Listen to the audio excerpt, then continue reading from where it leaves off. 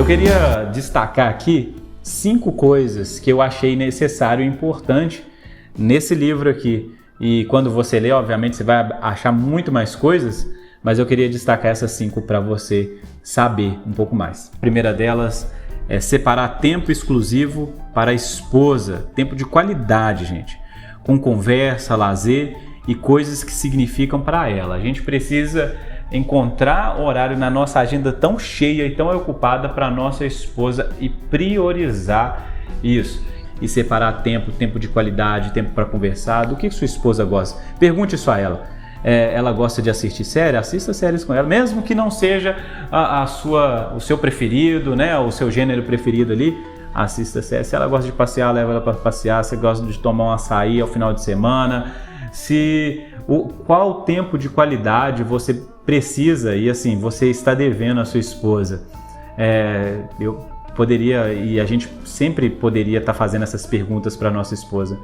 Como você se sente amada e como eu poderia te amar mais, como eu poderia te valorizar mais como uma esposa e como a gente poderia cultivar melhor o nosso relacionamento. Então, a primeira coisa é separar tempo de qualidade com a sua esposa. A segunda coisa é discipular os seus filhos de acordo com a idade e ser presente o máximo que pudermos, criando boas memórias. Discipular os filhos e criar tempo de qualidade com eles, mas boas memórias, né? Que isso significa o quê? Ao mesmo tempo que eu tenho um compromisso em ensinar a palavra de Deus para o meu filho, ensinar ele sobre Jesus, sobre o nosso Salvador, fazer isso quando nós formos comer, discipular e orar antes de dormir, ensinar os nossos filhos progressivamente, conforme eles vão amadurecendo, as questões doutrinárias, para quando eles chegarem na fase madura, na fase da consciência, eles possam confessar a Cristo como Senhor e Salvador, como Rei da vida deles. Como a gente vai fazendo isso no discipulado,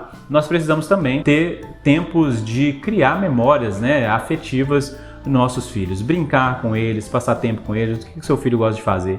Ele quer que você leve ele na praça para jogar bola? Você gosta de jogar videogame? Aprende a jogar videogame, joga videogame com ele, ou então senta lá do lado dele, pede ele para te explicar. Crie esse tempo, andar de bicicleta, leva para fazer uma trilha, leva os meninos no clube. Quantas histórias que a minha esposa conta dos pais dela levando ela no clube, e ela lembra, quando ela sente aquele cheiro de comida de clube, ela já pensa no clube. Então, assim, a gente pode criar memórias nos nossos filhos, criar memórias afetivas, criar tempo de qualidade, experiências que demonstrem o nosso amor pelos nossos filhos. Eu sei que para fazer isso, nós vamos ter que abrir mão de muitas coisas que a gente gosta. Mas a gente tem uma esperança. Qual que é a esperança? De que os nossos filhos vão ficar adultos e um dia eles também vão sair das nossas casas.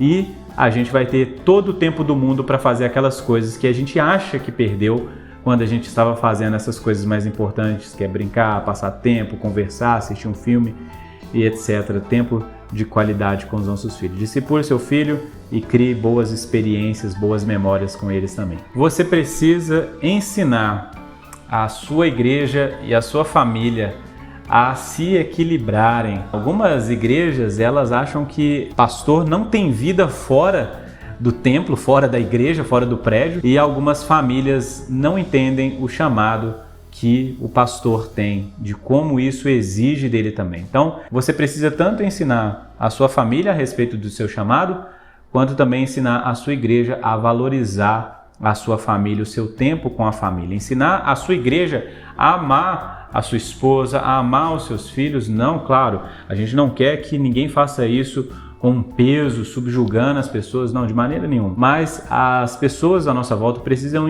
entender que nós, pastores, precisamos do nosso tempo de qualidade com a nossa família, de que quando nós estamos numa apresentação do nosso filho na escola, nós não estamos perdendo tempo, de quando nós levamos a nossa esposa no médico, ou um dos nossos filhos adoece e a gente vai ter que faltar de um culto, de uma atividade, que nós não estamos fazendo corpo mole, mas nós estamos valorizando e amando aquelas pessoas que Deus nos deu para estar mais próximo.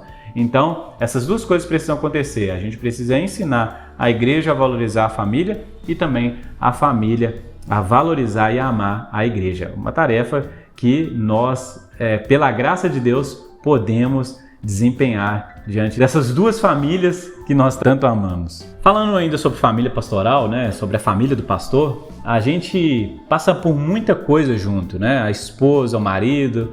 Eu lembro, por exemplo, aqui na missão, de que teve alguns momentos que eu e a Carla, a gente chorou e orou a Deus e pensou em desistir. Pensou mesmo, falou, gente, eu acho que isso aqui não está dando certo, eu acho que as pessoas não estão entendendo, a gente está tentando fazer o nosso melhor, mas parece que as pessoas não estão entendendo, está prejudicando as pessoas. E existem momentos, vários momentos na jornada mesmo do ministério do pastor e da sua família, que eles vão se sentir só, que eles vão se sentir sobrecarregados, que eles vão ficar entristecidos.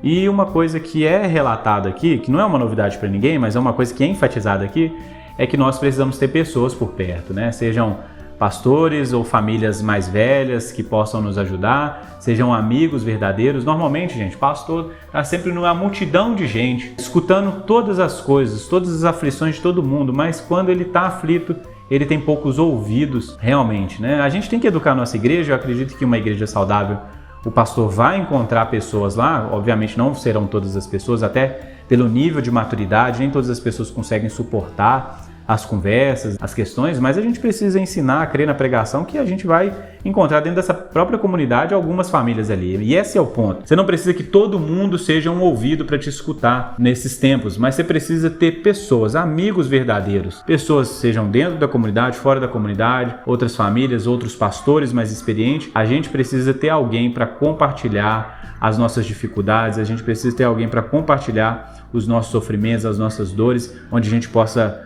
buscar conselho, onde a gente possa buscar realmente ajuda. Por último, um conselho especial para vocês, é um conselho meu, um conselho que eu vejo que está aqui de alguma maneira também. Ame a Jesus. Ame a Jesus acima de todas as coisas. Se você for fiel a Jesus, certamente você será fiel à sua família. Se você fizer o inverso, tudo está perdido. Nós precisamos priorizar o reino de Deus, amar a Jesus, amar a Deus, desejar realmente uma vida que glorifica e agrada a Deus. Alguém que tem isso como objetivo da sua vida, um pastor que tem isso como objetivo da sua vida, certamente amará a sua esposa, amará os seus filhos, será fiel, honrará o seu compromisso, a sua responsabilidade. Então essas ideias que têm colocado a família acima de Deus são ideias idólatras, apesar de serem ideias com uma moral parecida com algo como conservador e etc, né? Se a gente tem do lado uma cultura que desvaloriza a família, homem, mulher, filhos, a gente tem uma outra cultura crescendo que é a da supervalorização, quase um tipo de idolatria. A gente poderia dizer uma idolatria da família. E muitos cristãos confundem isso com o que a Bíblia diz sobre família, com o que significa ser uma família cristã que ama Jesus. Então, não inverte essa ordem. Ame a Deus sobre todas as coisas. Ame a Deus sobre todas as coisas, inclusive acima da sua família. Se você amar Jesus, for fiel a Jesus, servir a Jesus, se sacrificar por causa de Jesus, certamente a sua família colherá os benefícios disso. Você não precisa fazer uma escolha, família ou Jesus. Se você é o pastor, o líder da sua família, certamente a sua família será atraída para esse mesmo amor. Se dedique às coisas de Deus, se dedique à sua família, se dedique ao cuidado da igreja, se dedique ao serviço da família. Fazendo essas coisas, a gente vai encontrando uma maneira de conciliar. Não precisa haver um conflito entre família e ministério pastoral. A gente precisa entender que nós devemos amar a Deus, servir a igreja e cuidar da nossa família. Fazendo isso, nós não vamos ter conflito, nós não vamos ter dilema. O resto, Deus vai nos ensinando ao longo do caminho. É preciso primeiro uma disposição no coração, um desejo, um compromisso, uma responsabilidade de honrar aquilo que Deus colocou nas nossas mãos. E para nós, pastores, nós temos tanto uma igreja que Deus colocou para que a gente pudesse cultivar, cuidar, mas também nos deu uma bela esposa de Deus e filhos que também são para Deus. Que a gente possa ser realmente pastores na nossa igreja e pastores na nossa casa. Gente, esse é o livro, tá bom? Esse é o livrão aí que na verdade é um livrinho pequenininho, mas o conteúdo é inspirador. Como eu disse, não é nenhuma regra, não é um livro descrevendo ponto a ponto que é uma família de um pastor, é uma experiência de um pastor. E eu acho que vale a pena a leitura se você é pastor que me assiste, seminarista, deseja seguir o ministério pastoral. Eu acho que você pode ler, né? Lê ele agora e quando você casar, lê de novo. E é um livro que eu vou usar ele muito para conversar aqui na igreja, não só porque ele fala sobre o ofício pastoral, mas ele dá muitas dicas interessantes sobre o papel do homem, do marido na família. E eu achei esse livro extraordinário. Eu sei que tem outros livros, parece que dessa mesma série aqui, né? Inclusive, se você já leu outro livro dessa série aqui, comenta aqui, vê aí para mim poder tomar conhecimento disso aí também. Tá bom, gente? O vídeo ficou um pouquinho grande, mas eu espero que vocês tenham gostado. Se inscrevam no canal, curta. E eu vou fazer assim, de vez em quando eu vou pegar um livro que eu tô lendo assim, que mexeu comigo, me edificou, e vou compartilhar aqui com vocês, tá bom? Deus abençoe, até o nosso próximo vídeo.